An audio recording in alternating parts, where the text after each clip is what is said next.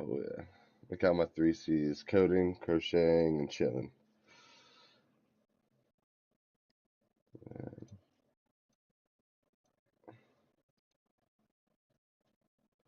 Alrighty. We're now live, and I also got the stream up for you guys as well, so you can see the thingy. Alrighty. Alright, welcome back. Session 7, 7 weeks in. We're killing it. Last week we did database conversations, and now we're going to move into some scheme design, embedded and reference, all that stuff. Um, let's see. Blah, blah, blah. I'm skipping a lot of this stuff. It's just kind of filler stuff. I feel like we already did the check-in before we came in, but how's everyone else been? Everyone else having a good week?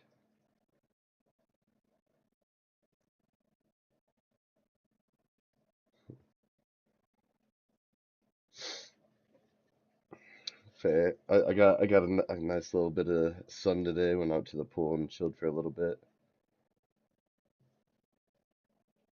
And yeah, tonight is gonna be one of the things that like we all dread from boot camps. And it's just it's gonna be, deployment. Let's see. We've been building, this nice warm bowl on like our localhost 3000, 3001. Everything works. Um, you know, we refresh the page, it runs, it's beautiful, and then someone says, "Can I see it?" And you realize you have absolutely no idea how to show them. And that's deployment. And tonight we're going to pull back some of the curtains on that and kind of discuss like how it happens, what some of the tools are, and how to stop, being scared of it. Because I know one of the code jams I did, it was definitely a little scary, like having to figure out how to get everything deployed and things like that, and ready for the judges. So,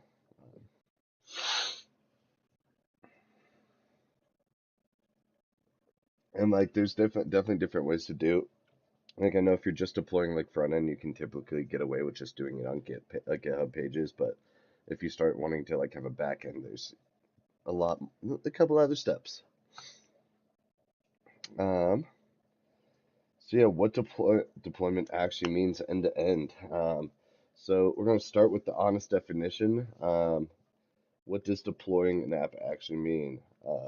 Deployment is the process of taking your code off your machine and putting it somewhere that anyone with a browser can reach it, and that's it. But there's a lot hiding inside of that sentence. When your app runs on your laptop, it runs because your laptop has Node installed. Your environment variables are set, your dependencies are installed. Your database is running, your ports are open. Everything is already configured. You didn't think about any of that because you already set it up once, and then you move on right at the beginning. Anytime you have issues, you just typically, hit a little npmi, install, and it will typically clear out any of those node issues. When you deploy, you start from scratch on a machine you've never touched that knows nothing about your project. And your job is to make sure your machine has everything your app needs to run. Um, so, couple steps to it. Step one, build your code. If you're using like React or Vite, which I know a lot of us use, or any front end framework, you don't just copy your source files to a server. You run a build command first, npm run build, and that produces a dist folder full of optimized minified static files. Um, that's what gets servers. That's what gets served to users, not your source code. Your source code is for the development. The build output is for production, and those are different things. Um, Step two, put it somewhere. That somewhere could be a cloud, virtual machine, a managed hosting platform, a CDN, a counter. There are a lot of different options, and we'll cover that in a bit.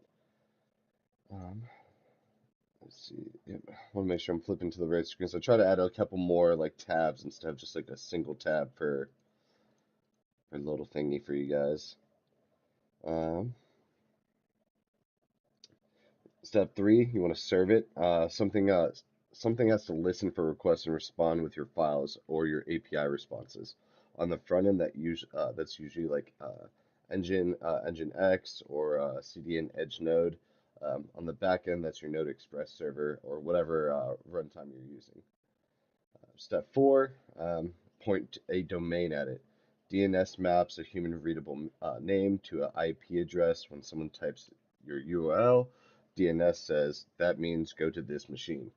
You set that up once in a domain registrar and it propagates. And a final step, you just want to keep it running. Servers crash, processes die. You need something watching your app, a process manager, a health check, a restart policy, so that when something goes wrong at 2 a.m., it comes back up on its own, not having to, try to figure out who's going to be awake at that time. That's deployment in 5 steps. Everything else is just details inside of those steps.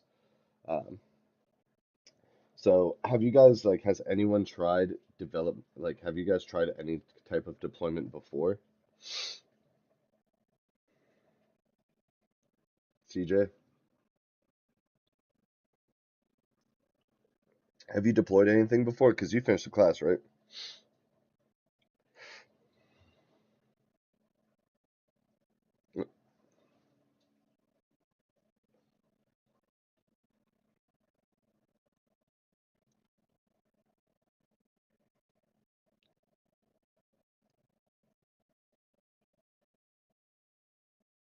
But yes, probably like Netify or something, or Vercel. Yeah, maybe like Vercel or something like that. Yeah, we'll hit environment variables. Uh, This one can be a big one. It's one of the most common ways bootcamp devs accidentally expose sensitive information or break their apps when we deploy. Um, it's your environment variables. We're going to start with the basic question. What do you guys think an environment variable is?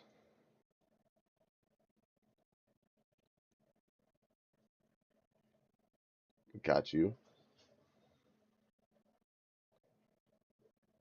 Give it a shot.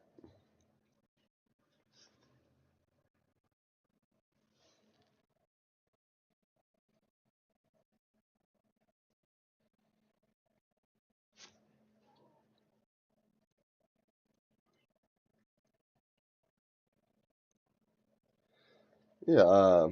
So environment variable is a value that your application reads from the system it's running on, rather than hard coding it into your code. Think of it like think of it like a setting that changes depending on where your app is running. Most common ones we will deal with um, MongoDB underscore URI. Let's see if I have some of these in here. Yeah, right here, URI. Um, JW secret. Um, so your URI, that's going to be your database connection string. Your JSON web token secret, that's your secret key for signing tokens. Port, what port your server runs on, and of course your API keys from third-party services. Um, and They matter because if you hard code the URI in your code and push that to GitHub, your database, um, your database credentials are now public. Anyone can see them, anyone can access your data, and that's a real sticky security incident. Environment variables solve this by keeping secrets out of your code base. Your code just says, const URI process.env.mongo URI. Um, put in that envelope. That in that actual value lives somewhere that isn't version controlled. Uh, Locally, you use that .env file, the environment folder. Um, you've probably seen, I'm sure you guys have probably seen this when you go to deploy or as you start to set up environments. I know you were saying Dylan was kind of getting all of that stuff set up, and I heard him talking about the env folder the other day. Um, you know, and that and that's exactly where you're going to put your secrets. And then you add that to your .git ignore. So that way, when your app reads those values, that way your app reads those values when it starts, but it doesn't, deploy publicly on your GitHub.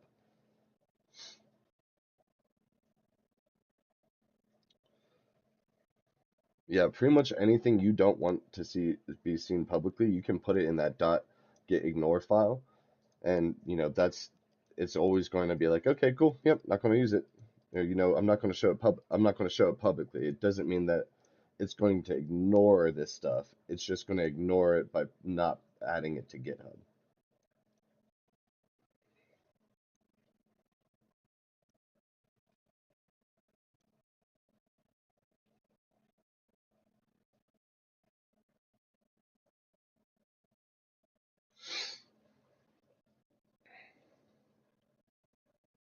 Yeah, got you. Um, so pretty much, yeah. So when you deploy, you don't copy the env file. Instead, you set environment variables directly in your hosting platform, in the dashboard or via the CLI. Um, every major platform has a way to do this. GCP, Render, Railway, Vercel, they all have environment variable section. Your app reads them the exact same way, progress.env, Mongo URI, but now the value is coming from a hosting environment instead of a file. Uh, uh, and then let's see, another thing. Um, different environments need different values. Your local Mongo DB URI points to your dev database. Your production URI points to your production database, and those are normal. Those are expected, and you want to keep them separate. Um, I have accidentally committed a .env file once before when when I had started that internship. It was not it was not ideal. Thank God we had just started and like it was all just the like template shit, but like it was just like it was still like learning about that the hard way. It could have been a lot worse than what it was, you know what I'm saying?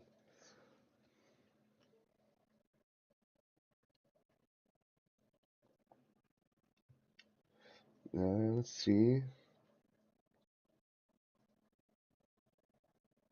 And then a good, yeah, interview question. If asked, how do you handle secrets in a Node API?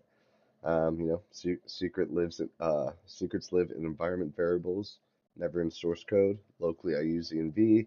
That's in get ignore. In production, I set them through the platform's dashboard, render, whatever. The app reads them via process env at runtime. Good little. And of course, I'll make sure I post this file in the resources for you guys as well. And then the mermaid sheet's already in there for you guys as well. Um, hosting options, some of the trade-offs. Um, so we're going to talk about where we are actually putting the app, because there's a lot of different options, and the right answer depends on kind of what you're building and what we're optimizing for. And we're going to break this down into two categories: managed platforms and raw infrastructure. Oh, excuse, sorry, got the yachties. Um, Managed platforms. Those are services that handle most of the infrastructure work for you. You give them your code, they handle the servers, networking, scaling, SSL certs, all of that kind of stuff. That's going to be like your Vercel, which is like best in class for like front end stuff. If you have like Next.js apps or a static React build, Vercel is generally hard to beat there because their free tier is solid. I've used it before. Deploys happen automatically when you push to GitHub, automatically getting updated. The CDN is global out of the box. The trade-off, it's not great for persistent backend servers or long-running processes. Like was getting emails saying like, hey, your server's going to shut down in X amount of time. But at least it was able to get up and running for, the short amount of time that I needed it. Um, you got Renderer, great for full stack. You can deploy Node Express backends, static front ends. I'm pretty sure we used it with Triple Ten on one of the final projects. Um, it's a database, all on the same platform. Free tier spins down after interactivity, which means cold starts, which is annoying for demos. Paid tier is pretty reasonable though. Um, and then you got Railway, similar to Render, arguably better developer experience, slightly more optimized. or opinionated, good for merge stack apps, free tiers limited for by usage hours. So like there are a bunch of different ones out there. Like I said, I kind of like Vercel, especially with the front end stuff and renderer. I've used both of those. Um, those platforms are pretty, really great for getting something live quickly. They they're abstract. They abstract away a lot of complexities. So if you're building a portfolio project and you want to deploy it today, you can really just start there and it'll get it up and going pretty fast. Um, Raw infrastructure is the other side of this, managing your own servers, GCP, Google Cloud Platforms. This is what we used for WTWR. Um, we spun up a Linux virtual machine SSH key into it, install Node, configure nginx, set up SSL with certbox to manage your own process with PM2. Um, you know, Way more work, way more control. You learn exactly what's happening at every layer. It is it is literally raw. The trade-off is obvious. Raw infrastructure takes longer to set it up, more expertise to maintain it. It does make you a better engineer when you manually configure nginx and trace to a 502 error back to a misconfigured proxy pass directive. You start to understand what render is doing for you behind the scenes. So, it is a great way to start learning things, but it is a very extensive process. Um, a managed platform for portfolio projects is, top tier if you want to just deploy something really fast. Whereas, raw infrastructure, even just once, to actually understand what deployment means, that experience is absolutely irreplaceable. I mean, it is a bit of a butt, but it is definitely doable. And I'm pretty sure you'll be getting to it pretty soon with you starting to wrap up some of those classes or some of the projects.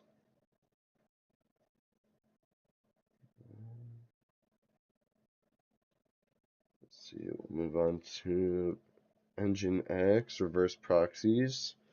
Um, so pretty much here, a reverse proxy is a server that sits in front of your application and forwards requests to it. Instead of users talking directly to your Node app, they talk to nginx, and nginx decides where to send the request. It matters for a couple of reasons. SSL termination, you want your site on HTTPS, but managing SSL certifications, um, managing those can be pretty annoying. Um, nginx can handle SSL at the entry point and then forward plan HTTP traffic to your node process internally. However, your app doesn't need to know anything about SSL. So pretty much, SSL termination. Reason two, serving static files efficiently. Um, Engine is extremely good at servicing static files, way better than Node or Express. So you let Engine serve your React build files directly and only proxy requests that need to hit your backend. Um, Third one, let's see if I have it in here. Yeah, here we go. Third one, um, routing. On a domain file, like our WTWR, when we started to use like the lily pad or whatever name you chose to go with that for your routing site, because I'm pretty sure they gave us like a linked site where we can go choose whatever we wanted and to just see what was available, right? And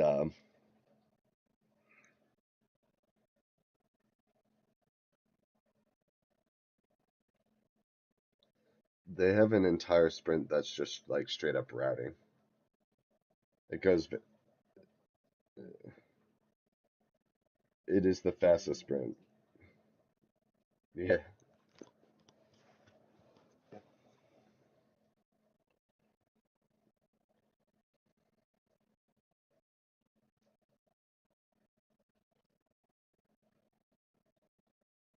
Yeah, no worries.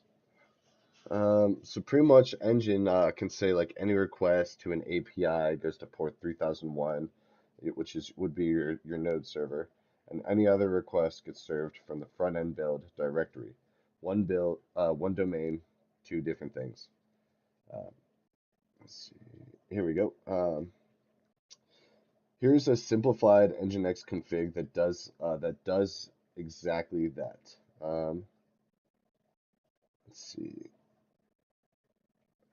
Where's the line?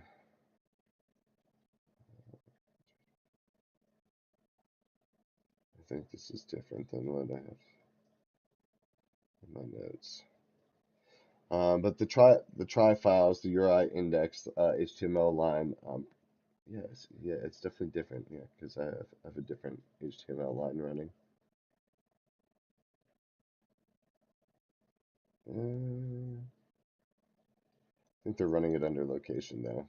Yeah, they're using a try index URL index. Well, anywho's. Um,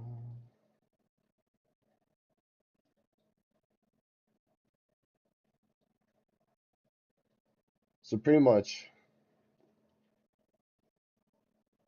these lines are important for your React router. It means that someone navigates directly to, your dashboard and doesn't get a 404, an error 404, page not found. It serves, like your index.html, tells it where to go, lets React Router handle the routing client side. When you use like renderer or Vercel, they're doing that stuff for you, whereas like nginx or the equivalent running somewhere where you can't see it. It's that behind the scenes, like the things that you can't see your computer doing. Um, Understanding how it works means you're not confused when things start to break. You know where to look. You know what to Google. Um, and we set like we were just talking about. We set a lot of this stuff up for our WR project. They really walk us through that stuff. I did feel like it was like one of the easier chapters as we like encroached into like front/back end work. Um,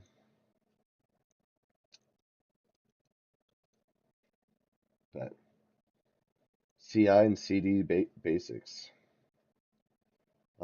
So we'll hear this, like during a lot of different interviews, depending what we're going for, full stack or just front end or back end. Um, we'll be asked about it, and we need to be able to, tell them exactly what it means. CI stands for continuous integration, whereas your CDs stand for continuous delivery, or continuous deployment, depending on who you want to talk to, but either or works. So in plain English, continuous integration or CIs is the practice of frequently merging code changes into a shared branch with automated tests running on every merge to catch problems early. The integration is integrating your code with everyone else's code. The continuous is doing it often, not once a week. Continuous delivery or deployment is the practice of automatically shipping that code somewhere after it passes tests. Delivery means it's ready to be deployed with a manual trigger. Deployment means it deploys automatically. Putting them together, every time you push code, a pipeline kicks off automatically. It runs tests. If they pass, it builds your app. If it succeeds, it deploys to your server. If anything fails, it stops and notifies you. You're going to start getting a lot of, I think that's like project, I think 16 or so, where you'll be working with like Postman and things like that, and you'll start getting some of those kickbacks. Um, let's see.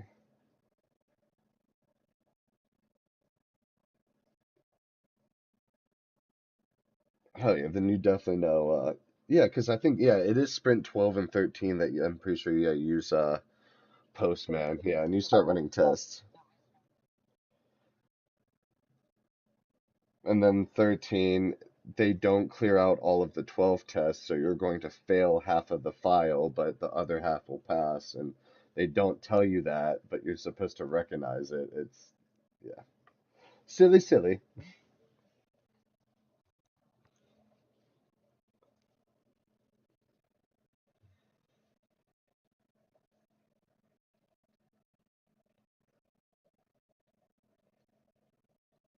Yes, as long as you get the updated 13 tests in there, you should be fine. But like the 12 test will be sitting there in the background, so they're gonna fail. Just, but you'll be alright.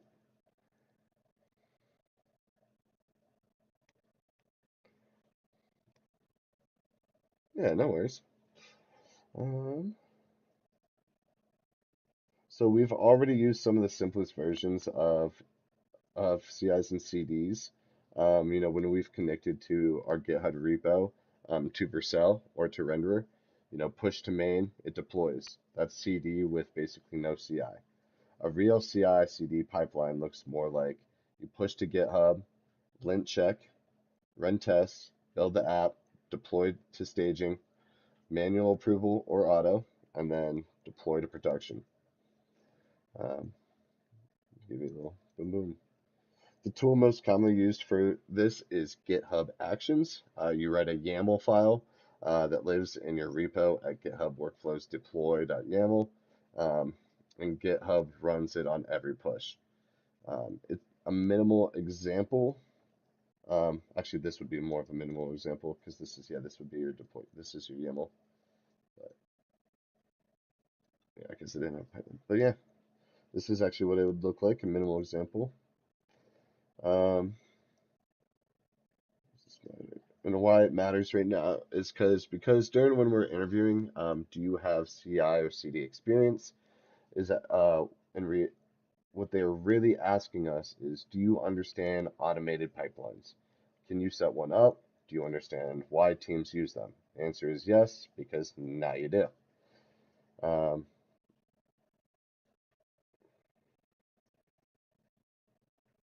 yeah, continuous integration and continuous delivery or deployment.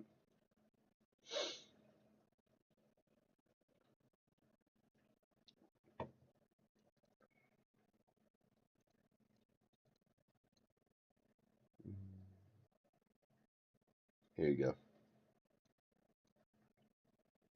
CI, continuous integration.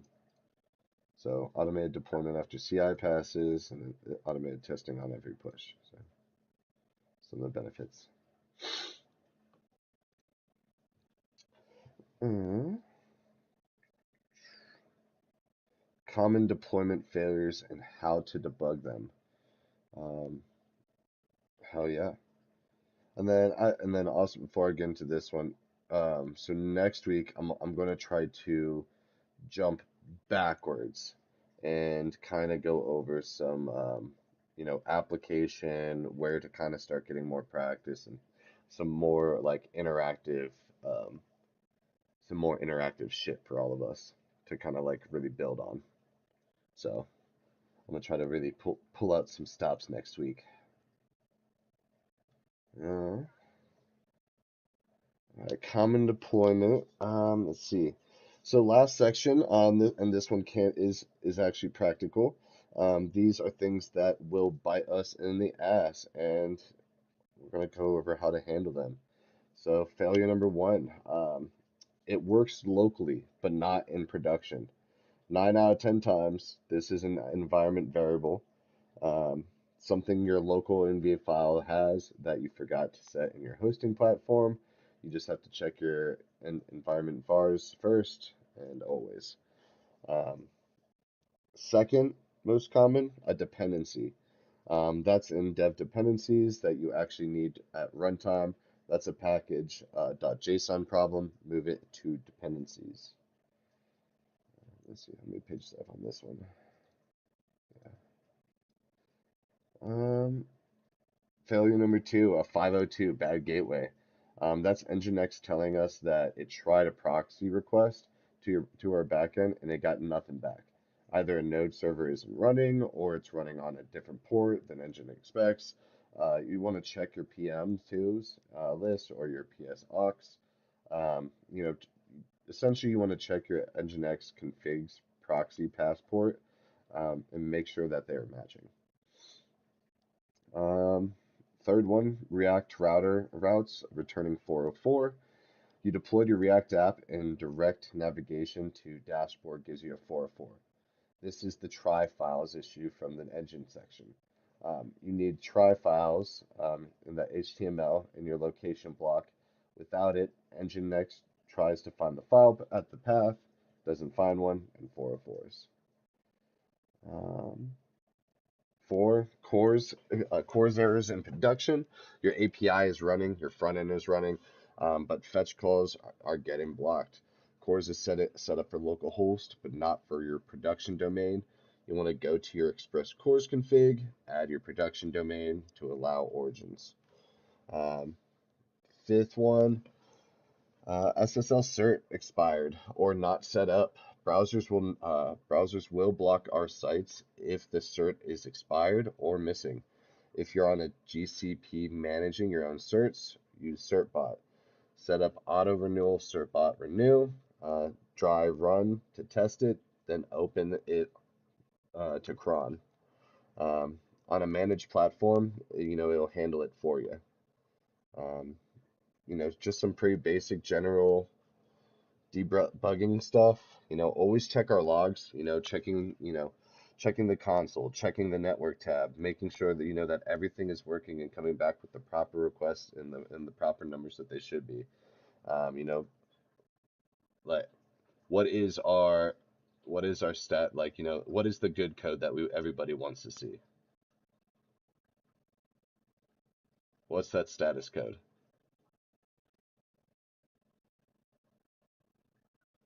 Yeah. 10 points to Slytherin. uh she she's Slytherin. Yeah. I'm Griffin.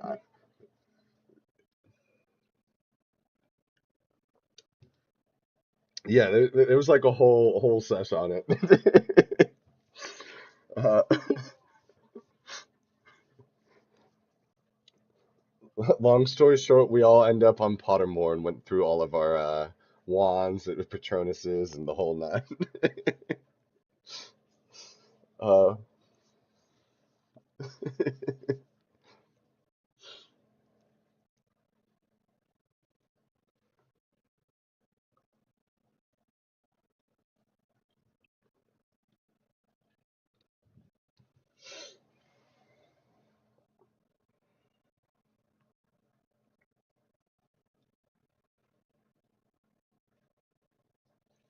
yeah,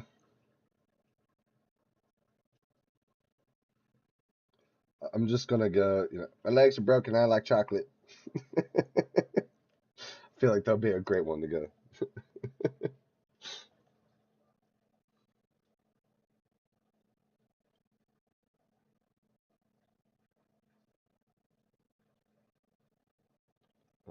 But yeah, that wraps up debugging. I mean, the errors are pretty much always, just always check your logs. Logs are going to be your best friend.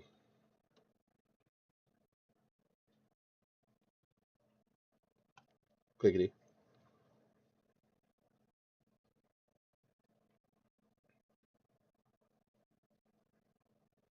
Um, yeah, and I'll just kind of go with closing statements while you finish taking up notes.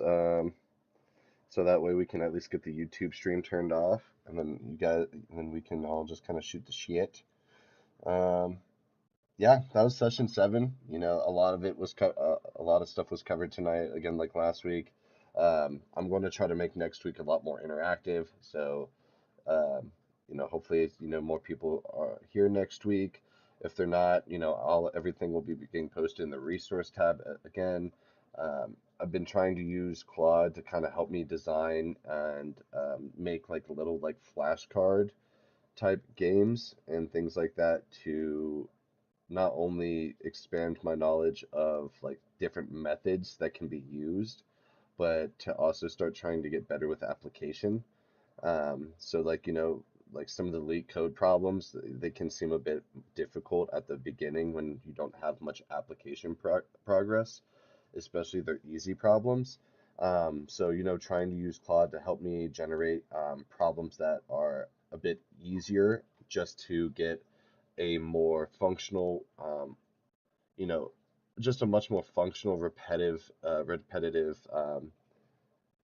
what's the word for it? Feel for this kind of thing. So that way it's like, like the back of your hand, second nature. So when you do start to look at some of these problems, you're like, dude, I already know, like, okay, what kind of if statement or what kind of for loop or what kind of, how could I, hash map through this type of problem? And, so I'm really going to try to see what I can do to kind of open up the doors to really get our application down. So when we get into some of these technical interviews, obviously we're going to be fucking kicking ass and taking names with, being confident with how we talk about this stuff with all of these meetings now. But, being able to actually show your code and how to, talk about why you're writing it that way is, two completely different animals. And I want to kind of try to start to bridge that gap for us.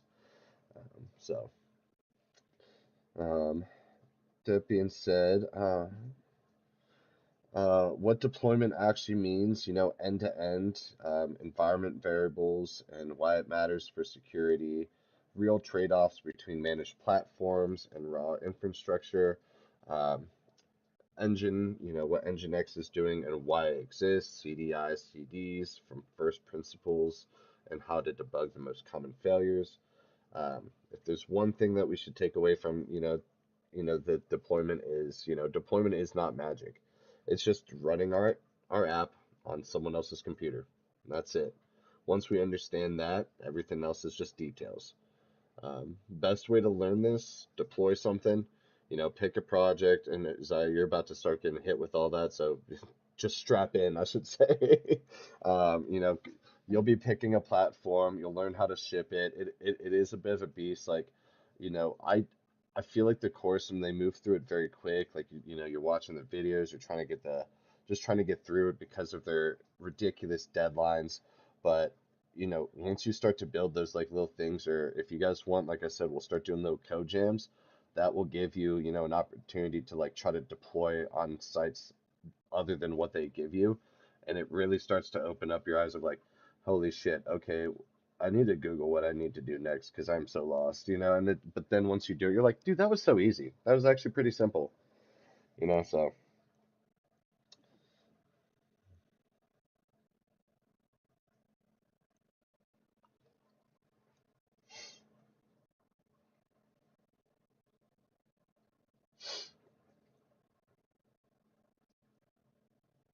yeah. Because I don't think they had us, no, they did have us do that, yeah. Did you just deploy the front end using GitHub pages then?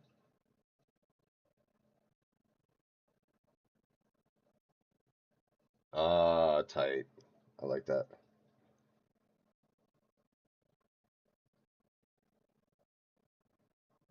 Yeah, like little tiny little project competitions.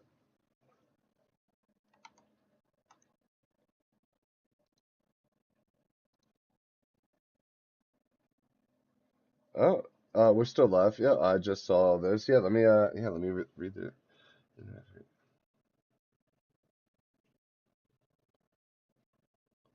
Uh, well, there's another person in here too. You something, you dot dot dot.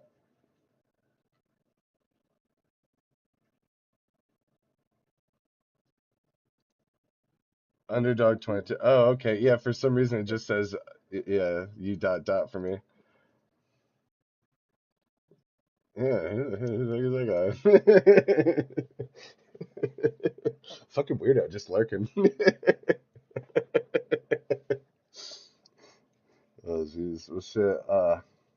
Yeah, I mean that's about all I got, on today's meeting, guys. So with that, here, let me wrap that up and turn off the YouTube stuff real fast.